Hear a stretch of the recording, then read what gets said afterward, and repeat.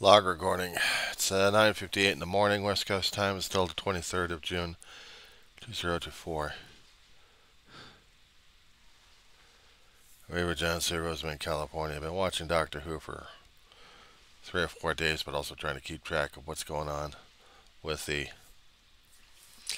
political scenes, not to mention trying to bring church back into politics worse and worse. Louisiana passes their law, and then Texas is still trying to work on theirs. Trying to get that law going on where we have to have the Ten Commandments in there. I've got reactions happening online. I'm saying, then why don't we involve every other religion and putting them on the walls? Or is it secular only?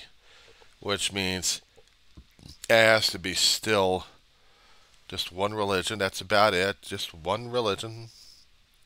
And everything else can take a backseat to it. Kind of sucks, I'll tell you that much. If you happen to hear any abhorrent noises coming in the background, it's probably me watching Doctor Who and having a fan working and dishwasher running at this point.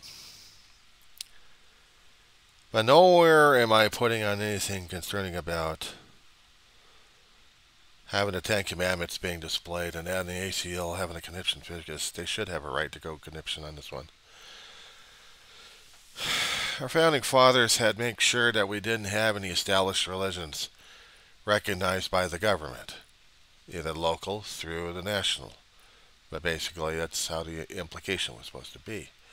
But the problem is, people still wanted their own form of religion to be controlling anything and everybody at the same time. But we didn't want that. We wanted the Constitution as it is. We kept it for 248 years. We didn't want anything happening like other countries had forced us to do, or our ancestors to go through. Being forced to believe in one thing or another without us having to choose, without us having to follow a path that we felt in our hearts, in our minds, in our souls.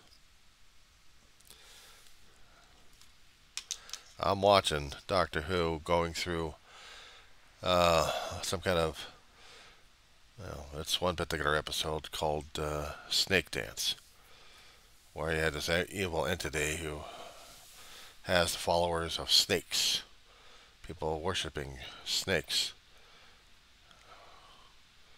Yeah, worshiping reptiles. I already know what reptiles are like anyway.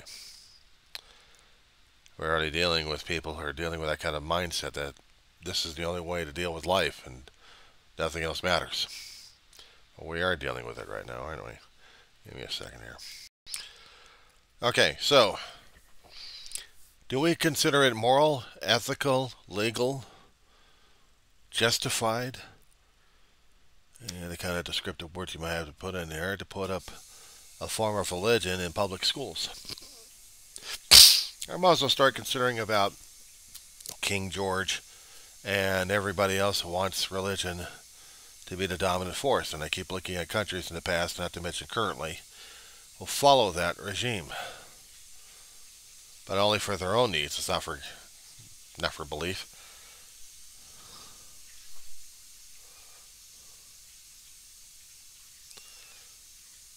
For their own belief. Hang on a second.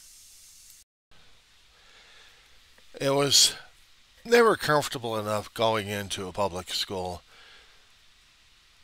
and seeing someone else's version of life and rules and regulations and stuff like that. They either learned how to accept it and deal with it and move on, or else rebelled. But if we're talking about history, that's one thing. If we're talking about understanding someone else's philosophy, it's okay, fine, it belongs in a philosophy class. But other classes, where you have to have the Ten Commandments of one particular secular religion, trying to give you pieces of advice on that one? Was it up to the public education, or I'm not saying anything about private education. I'm not talking about the religious institutions either. I'm talking about public, government-sponsored, taxpayer. Was it absolutely necessary to put up of a secular philosophy and have only that one, and not the study of others? See, that's the problem with this one.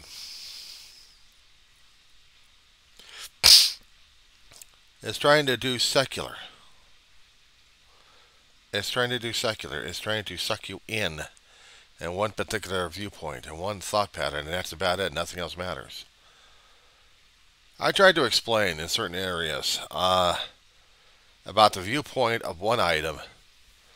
It's many looking at the topic. There's not one viewpoint that seems to be true enough. It's like dealing with white beam of light going into a crystal that scatters the beams, and you see the different colors, different spectrums. Not one is a true color, but one is a particle, a component of the white looking at the object. That's how I've been trying to get my mind around these days. It's not the easiest damn thing in the world to get through, but it is. We're told to have an open mind, but we have to think this way because that's considered an open mind. No, that's basically looking through a box, your own tube, your own viewpoint, focused on one item, but you're missing the bigger picture around. So that kind of sucks, I'm looking at things, trying to be an open-minded about other topics, and yet I have to be focused on other things. But I have to have brainwashing happening in public education. What happens about the private institutions? Well, that's them, not me. I'm not dealing with the private institutions. I'm dealing with put taxpayer money because we're paying for a religion to be recognized by the government. Now, I know they're going to be saying something about In God We Trust that we have on our bills. This has been talked about for long periods of time, and we have never been able to get this sorted out. We hadn't. If it was, we wouldn't be having these kind of conversations, would we? Would we? If they happen to put up something about Hinduism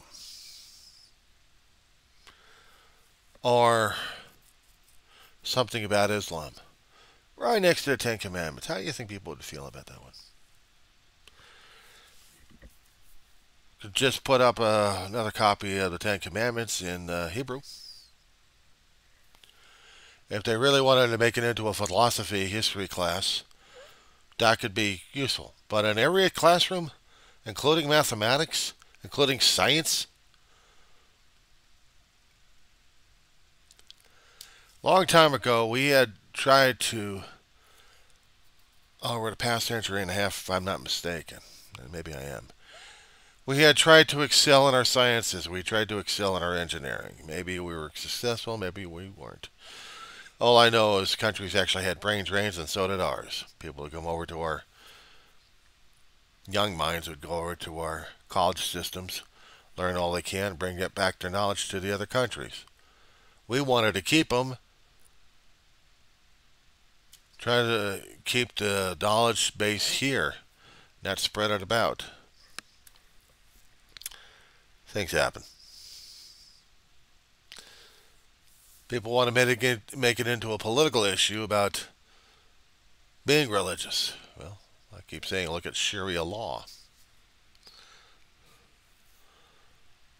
That means you have a religious preference over a ruling body of people, or set of laws, rules, regulations, and stuff.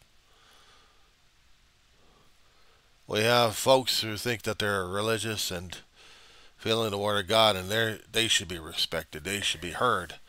And if not, they would be very, very angry. We have politicians threatening to break law and order in order to save the country.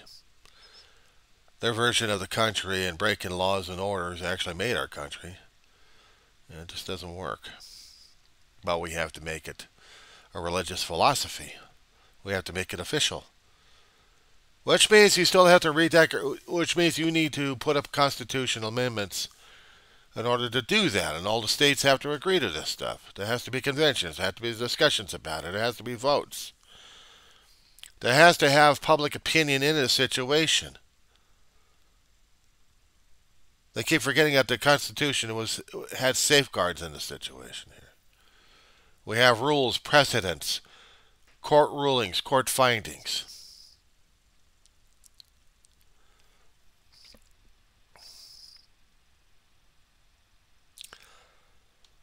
I'm not saying it can't be done. Technically speaking, we have to go through the legal loopholes, but they don't want to do the legal loopholes. They want to find the little escape hatches, little chicken holes, little worm tunnels, little back doors. They want to bypass things not the legal and right way because they know they're going to get screwed over. But they still want their own viewpoint. You got different people, private interests, elitisms going on at this point. They want more power, more control, more isolation.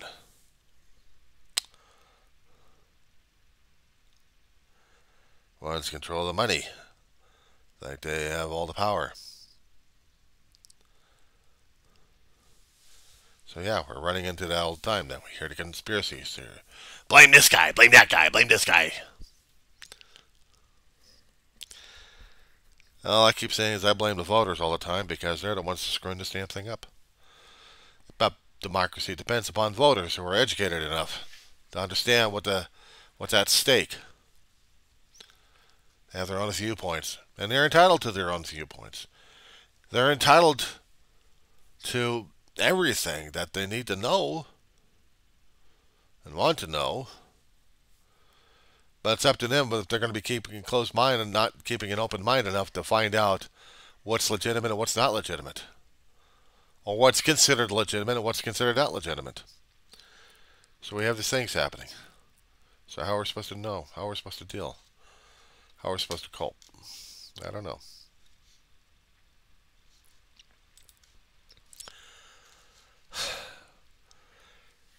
Is there a solution for this? Having the Ten Commandments in the classrooms? There should have been philosophical discussions. There should have been discussions concerning about the materials. And not just throwing religion in anything that's going to solve everything. No, there shouldn't. Because opening up the door just for one secular religion, the Constitution says you can't do that. Being pluralistic, the Constitution allows us to believe in things, but not to have a government-sponsored situation happening. But unfortunately, I think because private donations are going to be it, and that should be the legal loophole. No, you're still allowing it in there. You still have a legislative body allowing it and breaking the First Amendment rules. That means every school board out there who's considering it, is every politician out there from the local to the state level allowing this to happen. They're breaking the Constitution. Is the Constitution sacrosanct? Yeah, it is actually. Until we come up with another Constitution. And that means everybody else's opinion has to matter. And that's a real big hassle now, isn't it? If we're going to be a law and order nation, if we're going to be rule binding, which rules are we following? Which ones are we dealing with? Which ones matter the most? And unfortunately, we're screwing that over one way or another, aren't we? So, have your religious things put up in the public education. If I'm going to start seeing that in the schools, I'd rather be also putting up the Quran, something about Hindu, something about the Hebrew text of the Ten Commandments up there?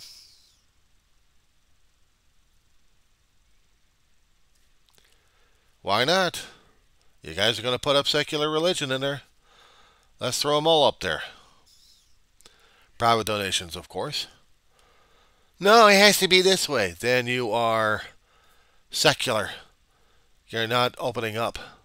No, it has to be this way because that's the only way we know. It's the only way it's going to be. So now you're trying to bypass it with recognition from a government source, especially if we're dealing with a school board member. That's governing, isn't it, of a school. Taxpayer-funded school, taxpayer-funded personnel who wants... No, we're doing private donations, but you're authorizing it and you're part of the school board, which means you're part of the governmental system here for the school, aren't you? Let's get legalistic about it, shall we? How do you get a school board member in there? People vote. People vote a school board member in there. Okay, how do they get a president? The school board member selects one of their own, votes on it to get enough votes to get in. And they have to make the rules and regulations concerning about how the school is going to be run, depending upon the state regulations. Now the state regulation is dependent upon publicly funded people coming in, or even charitable people coming in. But still, they're going to be part of a ruling body, aren't they? They're going to be part of a government system, a governing body. And now we have state governors saying, well, we just screwed the United States Constitution that we swore an oath to. We swore an oath to support and defend the Constitution of the United States against all enemies, foreign and domestic.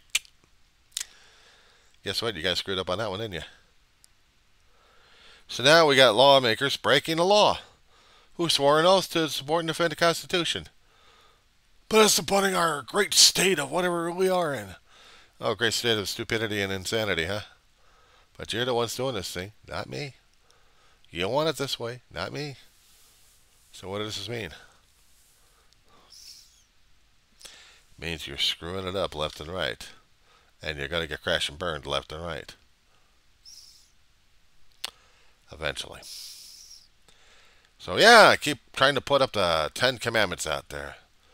But eventually, it'll get to the dollar bill.